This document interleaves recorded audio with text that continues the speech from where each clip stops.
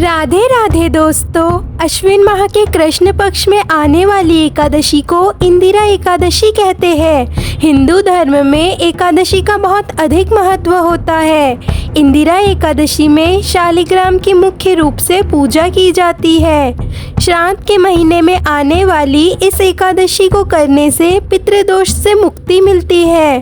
तो अगर आप पितृदोष से मुक्ति पाना चाहते हैं तो इस व्रत का संकल्प लेते समय कहें कि आज आप इंदिरा एकादशी का व्रत रखकर उसका समस्त पुण्य अपने पितरों को दान कर रहे हैं। हे नारायण, हमारे द्वारा रखे गए इस व्रत का सारा पुण्य हमारे पितरों को समर्पित करें और हमें सुख समृद्धि और अंत में मोक्ष प्रदान करना, साथ ही हमारे पितरों को संतुष्ट और तृप्त करना। एकादशी के दिन दान का भी बहुत अधिक महत्व होता है, तो इस दिन आप दान अवश्य ही करें। आज हम देखेंगे कि इंदिरा एकादशी की बहुत ही सरल तरीके से पूजा कैसे की जाती है।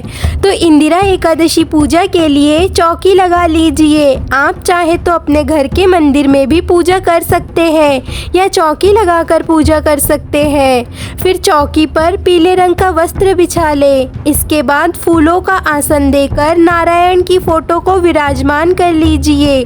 फिर फूलों का आसन देकर गणेश जी को भी विराजमान कर लीजिए।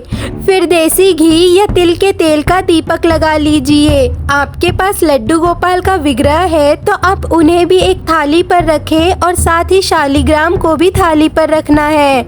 इसके बाद हमें शालिग्राम को, लड्डू गोपाल को जल से अभिषेक कराना है। तो पहले जल से अभिषेक करें, फिर पंचामृत से स्नान करवाएं, उसके बाद फिर से जल से स्नान करवाएं।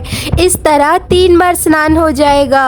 फिर स्नान करवाए हुए जल पंचामृत को आप प्रसाद के रूप में बांट सकते हैं। फिर लड्डू गोपाल को पोंछकर उनका सुंदर सा श्रृंगार कर लीजिए और शालिग्राम को भी पोंछ लीजिए। इसके बाद लड्डू गोपाल और शालिग्राम को आसन देकर विराजमान कर लीजिए। आपके पास शालिग्राम ना हो तो आप केवल श्री विष्णु भगवान की भी पूजा कर सकते हैं। फिर चौकी पर जल के छींटे लगाए और भगवान विष्णु की फोटो को जल के छींटे लगाकर भाव रूप से स्नान करवा लीजिए। फिर लड्डू गोपाल को, भगवान विष्णु को, गणेश जी को, शालिग्राम को और दिए को, सभी को चंदन से तिलक कर लीजिए।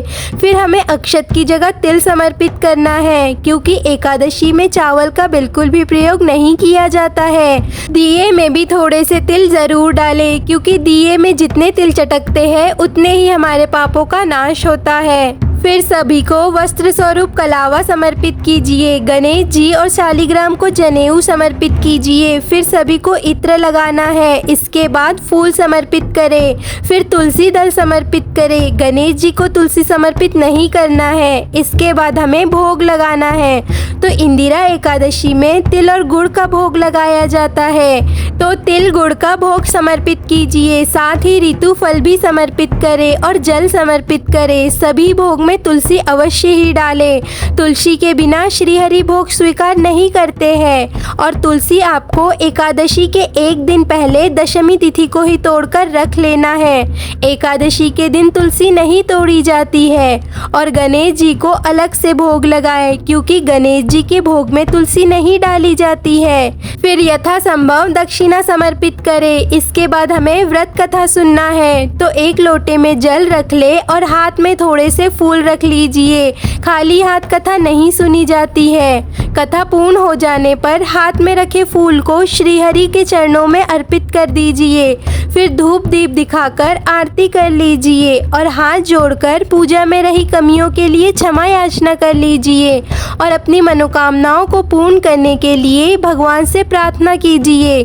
फिर व्रत का पारण आपको अगले दिन यानी द्वादशी के दिन शुभ मुहूर्त के बीच में करना है। तो इस तरह से आप इंदिरा एकादशी की पूजा कर सकते हैं। कहते हैं कि एकादशी के दिन श्राद्ध नहीं डालना चाहिए, तो अगर आपके पितरों का श्राद्ध एकादशी के दिन पड़ता है तो आप एकादशी की जगह द्वादशी के दिन श्राद्ध डाल सकते हैं। एकादशी की तिथि और शुभ मुहूर्त का वीडियो आपको मेरे चैनल पर मिल जाएगा। लिंक मैं आपको डिस्क्रिप्शन में दे दूंगी। तो इसी तरह की और भी जानकारी के लिए हमारे चैनल को सब्सक्राइब कर लीजिए। अगर आपको इन्फॉर्मेशन थोड़ी भी यूज़फुल लगे तो प्लीज़ वीडियो को लाइक, कमेंट, शेयर ज़रूर कीजिए।